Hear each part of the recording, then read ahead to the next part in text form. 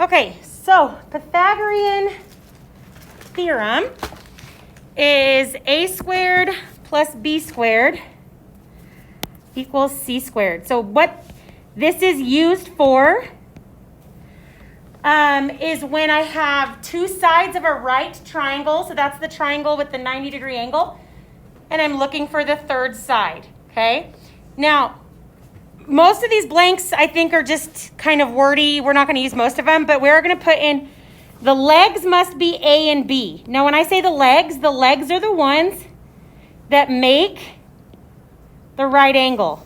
And it doesn't matter which one is A and which one is B. It just has to be the two sides that make the right angle are the A and the B. And the hypotenuse, the longest side, has to be C. Okay?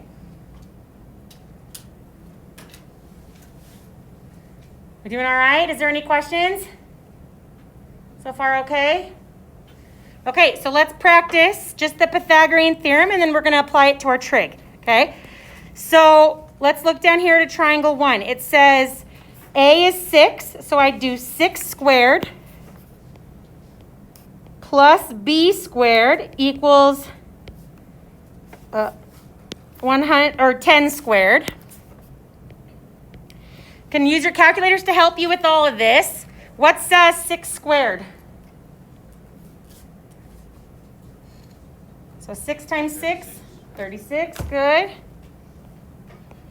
Plus B squared is 100. Then what? Good, because we're trying to get the B alone. How do I get rid of a squared? Do you guys remember what cancels out a squared?